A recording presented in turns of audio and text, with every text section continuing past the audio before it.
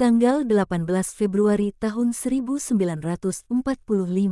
Aku heran bahwa pembaptis tidak di sini, kata Yohanes kepada sang guru. Mereka semua berada di tepian timur sungai Yordan, dekat arung-arungan terkenal di mana pembaptis dulu biasa membaptis. Dan dia bahkan tidak ada di tepian seberang, kata Yakobus. Mereka mungkin telah menangkapnya lagi, berharap mendapatkan kantong uang lainnya, komentar Petrus. Bajingan-bajingan Herodes itu tentunya pantas mendapatkan salib. Kita akan menyeberang ke tepian seberang dan bertanya, kata Yesus. Mereka menyeberang dan bertanya pada seorang tukang tambang dari tepian seberang, apakah pembaptis tidak lagi membaptis di sini? Tidak, ia ada di perbatasan bersama orang-orang Samaria. Itu adalah wilayah di mana kami tinggal.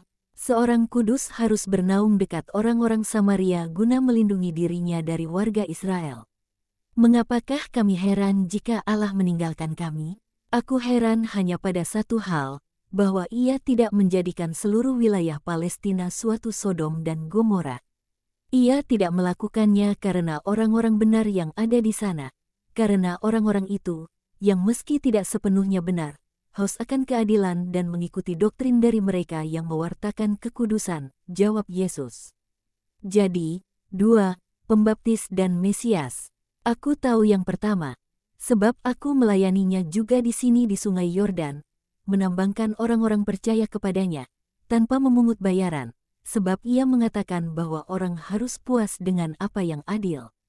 Aku pikir bahwa adalah adil bahwa aku sepatutnya puas dengan apa yang aku hasilkan dengan melakukan pekerjaan-pekerjaan lain dan bahwa adalah tidak adil untuk meminta pembayaran dari membawa jiwa-jiwa untuk dimurnikan. Teman-temanku mengatakan bahwa aku sudah gila, tapi bagaimanapun, sebab aku sudah bahagia dengan sedikit yang aku punya, siapakah yang dapat mengeluh? Sebaliknya aku melihat bahwa sejauh ini aku tidak mati kelaparan, dan aku berharap bahwa Abraham akan tersenyum kepadaku apabila aku mati. Kau benar, sobat, siapakah namamu? Oh, namaku adalah suatu nama yang agung dan itu membuatku tertawa sebab satu-satunya kebijaksanaanku adalah sehubungan dengan dayung. Namaku adalah Salomo. Kau memiliki kebijaksanaan untuk menilai bahwa barang siapa bekerja sama untuk suatu pemurnian haruslah tidak merusakkannya dengan uang. Aku katakan kepadamu, bahwa bukan hanya Abraham, melainkan juga Allah Abraham akan tersenyum kepadamu seperti kepada seorang anak yang setia ketika kau meninggal. Oh, Allah, apakah benar itu? Siapakah engkau? Aku seorang benar. Dengarkan. Sudah aku katakan kepadamu bahwa ada 2 di Israel, yang seorang adalah pembaptis, yang lainnya adalah Mesias. Apakah engkau sang Mesias? Ya, oh, kerahiman abadi. Tapi, suatu hari aku mendengar beberapa orang Farisi mengatakan, jangan pedulikan, aku tidak ingin mengotori mulutku. Engkau bukan seperti yang mereka katakan. Lidah mereka lebih bercabang dari lidah ular beludak. Ya, dan aku katakan kepadamu, kau tidak jauh dari terang. Selamat tinggal, Salomo, damai bagimu, kemanakah engkau pergi, Tuhan? Laki-laki itu tercengang atas pewahyuan itu dan berbicara dengan nada yang sama sekali berbeda. Sebelumnya adalah seorang baik yang wajar yang berbicara. Sekarang adalah seorang percaya yang menyembah. Aku pergi ke Yerusalem lewat Yerikho. Aku pergi ke Pondok Daun. Ke Yerusalem, engkau juga, aku adalah putra hukum juga. Aku tidak membatalkan hukum, aku memberinya terang dan kekuatan supaya hukum dapat digenapi dengan suatu cara yang sempurna. Tapi Yerusalem sudah membenci engkau, aku maksudkan, para penguasanya, kaum Farisi di Yerusalem. Aku telah mengatakannya kepadamu bahwa aku mendengar. Biarkan saja mereka melakukan kewajiban mereka. Apa yang mereka pikir adalah kewajiban mereka. Aku melakukan kewajibanku. Dengan sungguh-sungguh aku katakan kepadamu, bahwa hingga saatnya tiba, mereka tidak akan dapat melakukan apapun. Saat yang mana, Tuhan? Tanya para murid dan si tukang tambang. Saat kemenangan kegelapan, apakah engkau akan hidup hingga akhir dunia? Tidak, Akan ada suatu kegelapan yang lebih mengerikan dari kegelapan akibat padamnya bintang-bintang dan planet kita, kebinasaan dengan segenap penghuninya. Dan itu akan terjadi ketika manusia memadamkan terang, yang adalah aku. Kejahatan telah dilakukan oleh banyak orang. Selamat tinggal, Salomo. Aku akan mengikuti engkau, Guru. Tidak, datanglah ke Bel Nidras 3 hari lagi. Damai bagimu. Yesus berlalu di tengah-tengah para muridnya yang termenung. Apakah yang kalian pikirkan? Janganlah khawatir akan aku ataupun akan diri kalian sendiri. Kita telah melintasi Dekapolis dan Perea, dan di mana-mana kita melihat para petani yang sedang bekerja di ladang-ladang. Di beberapa tempat tanah masih berlapis tunggul-tunggul dan rerumputan, sama dengan jenis Elytrigia repens, suatu tanah kering yang keras, ditumbuhi tumbuh-tumbuhan parasit, yang biji-bijinya telah dibawa ke sana dari gurun oleh angin musim panas. Itu adalah ladang-ladang milik orang-orang yang malas dan bergaya hidup pesta pora. Di tempat-tempat lain tanahnya sudah diolah dengan mata bajak, dan batu-batuan, onak duri dan rerumputannya telah disingkirkan oleh api dan kerja keras manusia. Dan apa yang sebelumnya merugikan, yakni tumbuh-tumbuhan tak berguna, diubah oleh api dan kerja keras manusia yang memunikan, menjadi pupuk yang baik dan garam menyuburkan yang berguna. Tanah mungkin telah menderita akibat sakit yang disebabkan oleh bajak yang membelahnya dan membongkarnya. Dan karena api panas yang membakar luka-lukanya. Tapi dia akan bersukacita pada musim semi, terlebih elok, dan berkata, manusia menyiksaku demi memberiku hasil panen yang berlimpah ini yang menjadikanku elok. Dan itu adalah ladang-ladang milik orang-orang yang berkehendak. Dan di tempat-tempat lain tanahnya sudah lembut, juga abu dan kotoran sudah disingkirkan. Sungguh bagai sebuah ranjang pengantin sejati bagi persatuan yang subur bagi biji-biji, yang memberikan begitu banyak berkas-berkas gandum yang baik. Dan itu adalah ladang-ladang milik orang-orang yang sangat murah hati demi mencapai kesempurnaan dalam perbuatan. Baik, hal yang sama berlaku pada hati.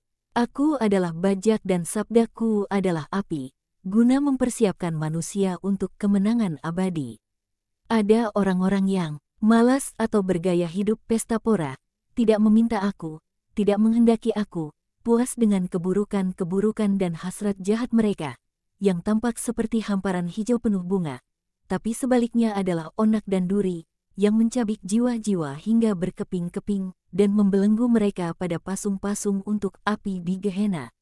Untuk sementara ini Dekapolis dan Perea seperti itu, dan bukan yang satu-satunya.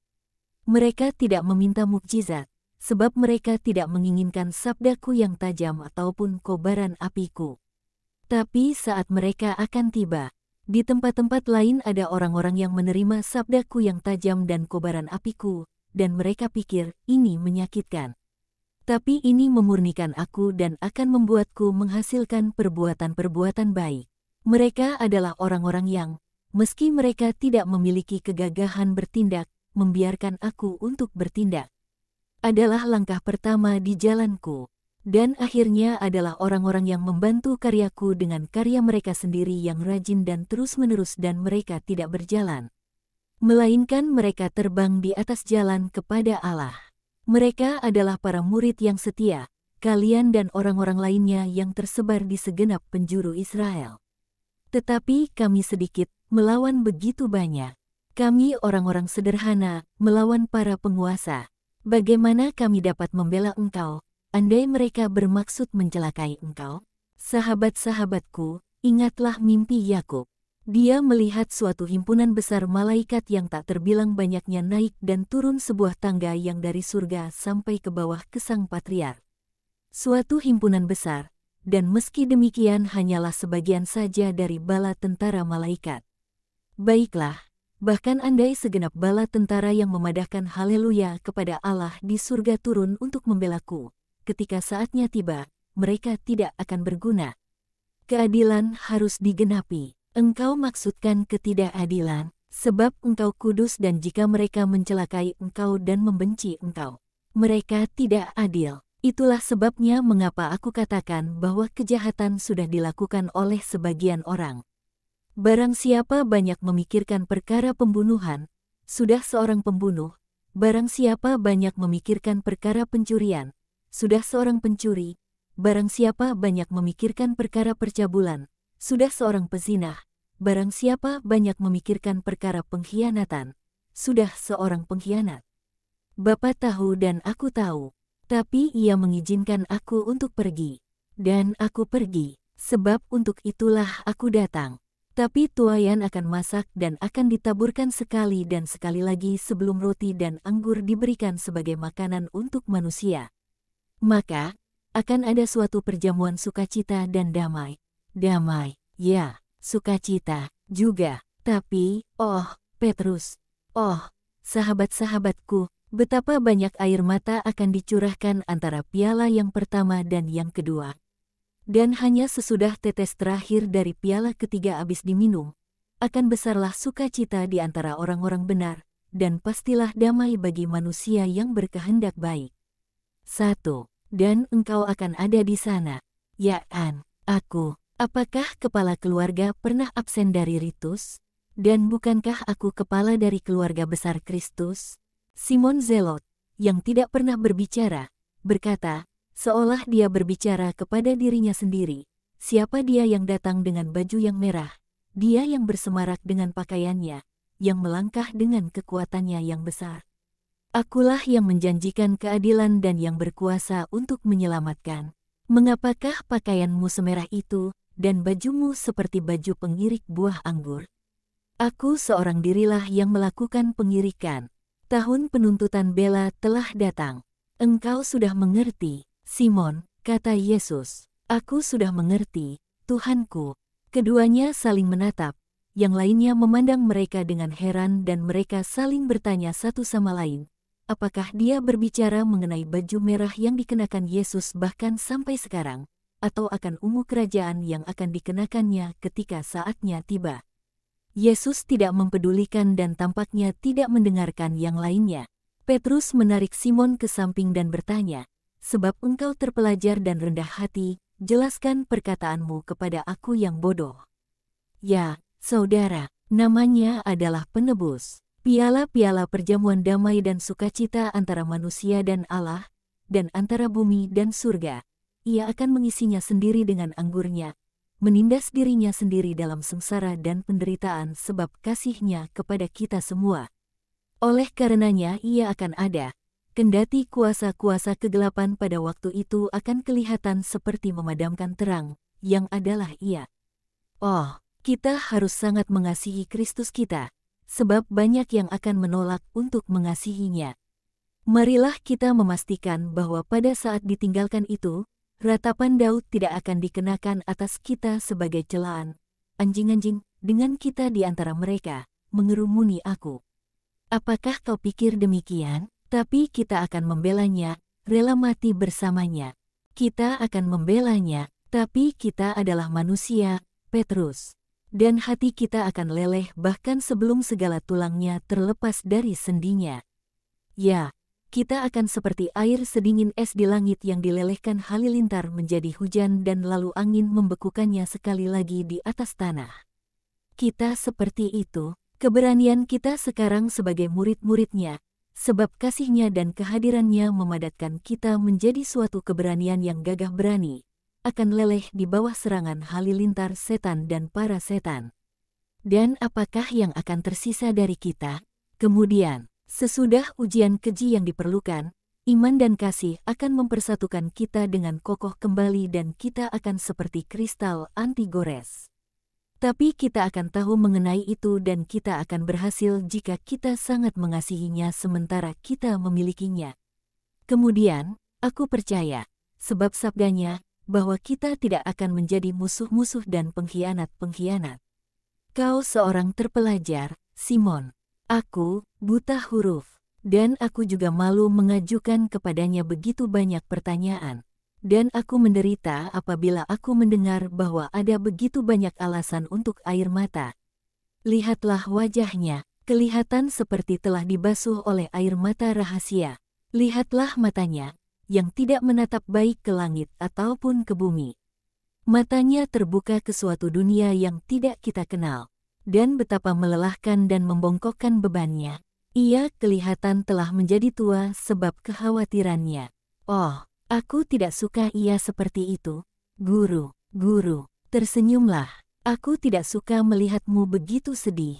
Engkau terkasih seperti seorang putra bagiku, dan aku akan memberikan kepadamu dadaku sebagai bantal, untuk membuatmu tidur dan memimpikannya dunia-dunia yang lain. Oh, maafkan aku apabila aku katakan, putra, kepadamu. Itu karena aku mengasihi engkau, Yesus. Aku adalah putra, nama itu adalah namaku. Tapi aku tidak lagi sedih. Lihat, aku tersenyum sebab kau bersahabat terhadapku. Di sana, itu Yeriho, sepenuhnya merah dalam matahari terbenam. Dua dari antara kalian sebaiknya pergi dan mencari penginapan. Yang lainnya dan aku akan pergi dan menantikan kalian di samping sinagoga. Pergilah. Dan semuanya pun berakhir ketika Yohanes dan Yudas Tades berangkat mencari sebuah rumah tumpangan. 1.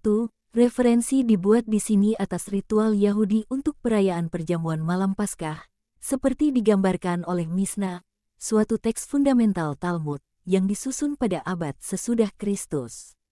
Setidaknya 4 piala harus dikonsumsi saat perjamuan malam Paskah. Menurut puisi manusia Allah, ada suatu kesusahan besar antara piala pertama dan piala kedua, kemungkinan karena prediksi Kristus mengenai pengkhianatan Yudas.